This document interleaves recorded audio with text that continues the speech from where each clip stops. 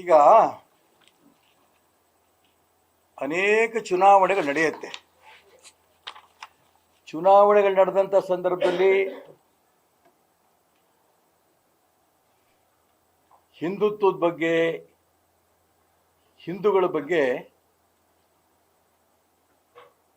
ಬಹಳ ಹಿಂದುತ್ವವಾದಿಗಳು ಮಾತಾಡಿದ್ದು ನಾವು ಕಂಡಿದ್ದೇವೆ. ನನ್ನ ಮೇಲೆ ಈಗ 5 ಕೇಸ್ ಇದೆ, ನೀವು ಕೋಮುವಾದಿ ಪ್ರಚೋದನೆ ಮಾಡಿದಿರಿ ಅಂತ. ಹಿಂದುತ್ವದ ಬಗ್ಗೆ ಮಾತಾಡಿದ್ರೆ ಕೋಮುವಾದಿ. ಪ್ರತಿನಿತ್ಯ ದಾವಣಗೆರೆಯಲ್ಲಿ ಏನು ನಡೀತಾ ಇದೆ? ಮುಸಲ್ಮಾನರಿಗೆ ನೀವು ಟಿಕೆಟ್ ಕೊಡಲಿಲ್ಲ ಅಂತಂದ್ರೆ ನಾನು ರಾಜೀನಾಮೆ ಕೊಡ್ತೀನಿ. ಜಮೀರ್ ಅಹಮದ್,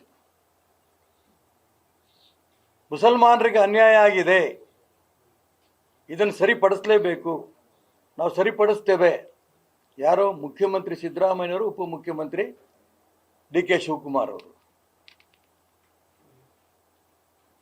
ಮುಖ್ಯಮಂತ್ರಿಗಳು ಜೊತೆಗೇನೆ ಇನ್ನು ಉಳಿದಂಥ ಮುಸ್ಲಿಂ ಮಂತ್ರಿಗಳು ಸಲೀಂ ಅಹಮದ್ ಅವರು, ರಿಜ್ವಾನ್ ಅವರು ಎಲ್ಲರೂ ಕೂಡ ದಾವಣಗೆರೆಯಲ್ಲಿ ಹೋಗಿ ಕೂತ್ಕೊಂಡು ಮುಸಲ್ಮಾನರನ್ನ ಸಂತೃಪ್ತಿ ಪಡಿಸ್ತೀವಿ. ಚುನಾವಣಾ ಆಯೋಗ ಬದುಕಿದ್ರೆ ಇವರೆಲ್ಲರ ಮೇಲೆ FIR ಆಗಬೇಕು. ಮುಖ್ಯಮಂತ್ರಿ ಮೇಲೆ, ಉಪಮುಖ್ಯಮಂತ್ರಿ ಮೇಲೆ, ಈ ನಮ್ಮ ಸಲೀಂ ಅಹಮದ್ ಅವರು, ಜಮೀರ್ ಅಹಮದ್ ಖಾನ್ ಅವ್ರ ಮೇಲೆ, ರಿಜ್ವಾನ್ ಮೇಲೆ, ಯಾರ್ಯಾರು ಮುಸಲ್ಮಾನರನ್ನು ಸಂತೃಪ್ತಿ ಪಡಿಸೋಂಥ ಪ್ರಯತ್ನ ನಡೆಸ್ತಾ ಇದ್ದಾರೋ, ಮುಸಲ್ಮಾನರಿಗೆ ಟಿಕೆಟ್ ಆಗಲೇಬೇಕು ಅಂತ ಮಾತಾಡ್ತಿದ್ದಾರೋ ಅವರೆಲ್ಲರೂ ಕೂಡ FIR ಹಾಕಿ ಮುಂಚೆ ಇವರೆಲ್ಲರೂ ಜೈಲಿಗೆ ಕಳಿಸ್ಬೇಕು. ಹಿಂದೂಗಳ ಬಗ್ಗೆ ಮಾತಾಡಿದ್ರೆ ಮಾತ್ರ ಕೋಮುವಾದ, ಮುಸಲ್ಮಾನರ ಬಗ್ಗೆ ಏನು ಬೇಕಾದ್ರೂ ಮಾತಾಡ್ಬೋದು. ಅದು ಜಾತ್ಯತೀತತೆ.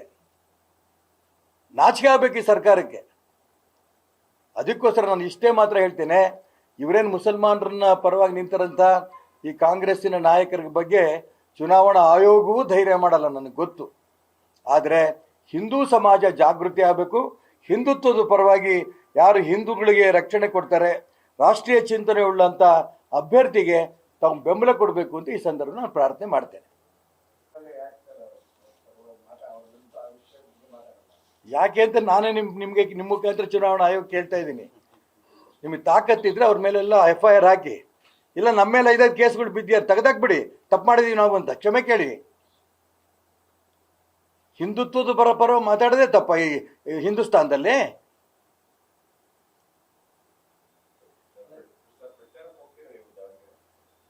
ಅದಲ್ಲ, ಆಮೇಲೆ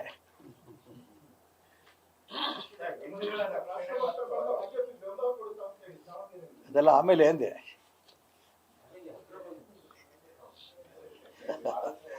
ಬಹಳ ಆಸಕ್ತಿ ನಿಮ್ಗಿದೆ, ಅದು ಆಮೇಲೆ ಹೇಳ್ತೀನಿ ನಾನು.